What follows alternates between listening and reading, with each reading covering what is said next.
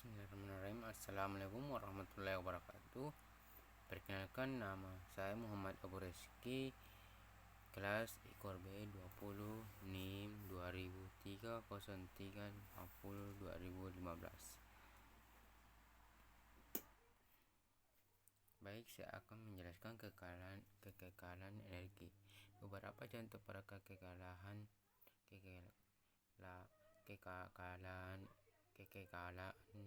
momentum menunjukkan terjadinya benturan momentum benda yang satu membentur benda yang lain. Ada benturan yang diusahakan terjadi secara kuat dan keras, tapi ada pula yang sebaiknya harus mulus lembut. Bentuk tulang dan konstruksi kerangka manusia telah dipersiapkan untuk menghadapi impact yang besar dan kadang-kala tidak dapat terhindari. Semua persendian pada tubuh kita tidak ada yang mempunyai bidang geometris rata seperti pada mesin. Permukaan persendian yang tidak rata kecuali dapat dinetralisir oleh tulang rawan yang menyelimutinya juga secara kinematis mempunyai peranan dalam statika, maksudnya dalam menyangga beban. Beban tersebut dibagi pada seluruh permukaan persendian sehingga tidak terpusat pada satu titik saja. Selanjutnya, penerapan teknik gerak dalam melawan gaya impact. Kegiatan olahraga kecuali merupakan gerakan dari tubuh dan anggota tubuh juga menyangkut alat-alat yang dipergunakan untuk dimanipulasi. Oleh karena itu, untuk impact yang besar perlu gaya tersebut kurangi dengan jalan meredam, menghisap atau memecahkan, dan salah satunya adalah teknik absorpsi gaya. Absorpsi gaya atau absorbing of versi merupakan suatu teknik gerak untuk meredam gaya datang kita lawan sedikit demi sedikit. Selanjutnya, prinsip absorpsi gaya pada saat menangkap bola. Teknik menangkap bola atau softball basket, mula-mula tangan dijulurkan agak jauh di depan dada, menarik tangan seperti di atas disebut dengan give and with the ball atau mengikuti gerak bola. Teknik ini mencegah memantul kembali atau hukum Newton 2.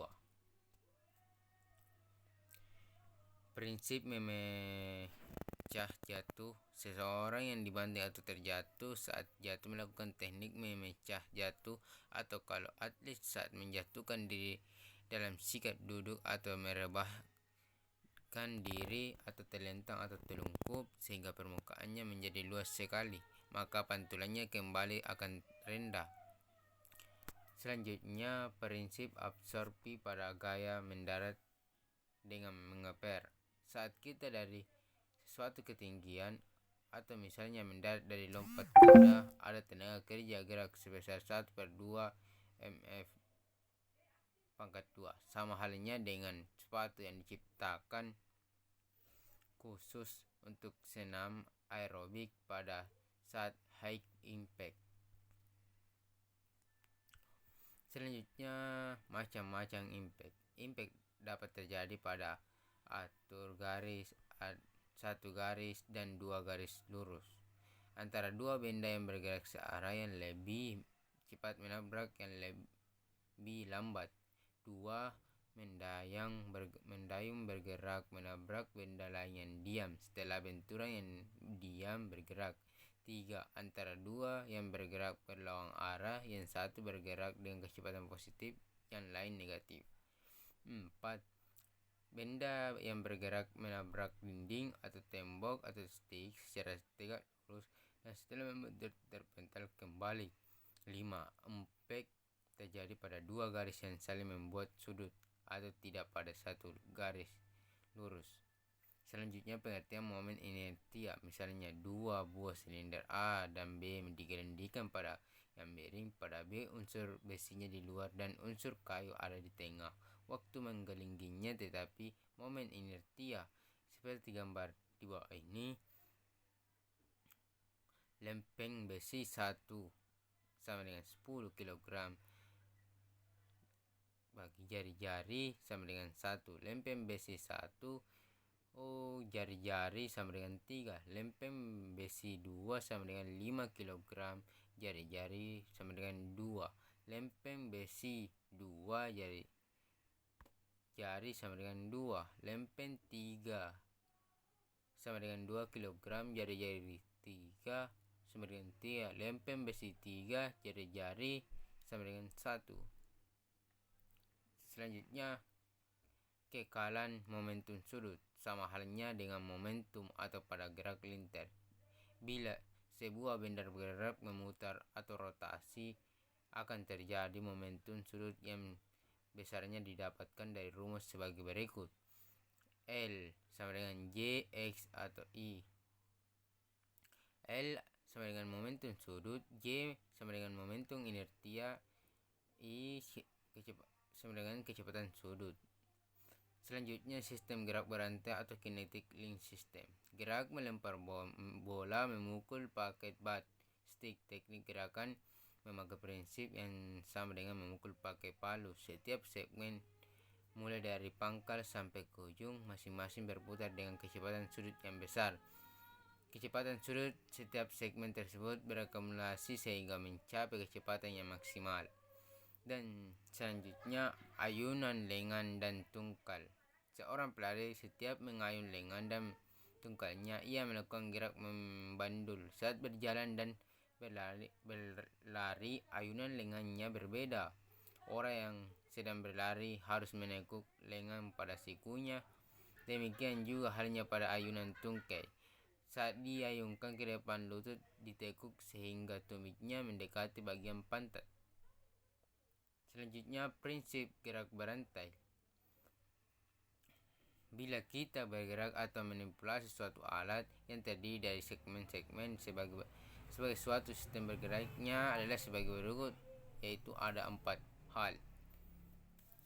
1. Mula-mula segmen yang berada pada pangkal bergerak lebih dahulu. 2. Kemudian diikuti oleh segmen berikut, yaitu terdekat dengan bagian pangkal tadi. 3. Selanjutnya secara berurutan adalah segmen-segmen mengarah ke ujung bergerak secara berkesinambungan. 4. Pola gerakan dari setiap segmen adalah segmen berikut. Gerakan inisial yang diperoleh dari segmen sebelumnya atau pangkal dilanjutkan oleh segmen tersebut dan teruskan ke segmen berikutnya sehingga yang paling akhir atau ujung menghimpun kecepatan gerakan secara maksimal. Selanjutnya, yaitu prinsip kinetic link ini adalah sebagai berikut. 1. Mula-mula yang memberikan impuls adalah segmen atau back tubuh yang paling kuat yang letaknya pada bagian pangkal atau proksimal. Pada tolak peluru, bagian tersebut adalah pada tumpuan kaki yang kuat dan stabil. 2. Kemudian diikuti oleh segmen berikutnya, yaitu yang terdekat dengan bagian pangkal tadi. 3. Selanjutnya secara berurutan adalah segmen-segmen yang mengarah ke ujung bergerak secara berkesinambungan. 4. Pola gerakan dari setiap segmen adalah sebagai berikut. Gerak inisial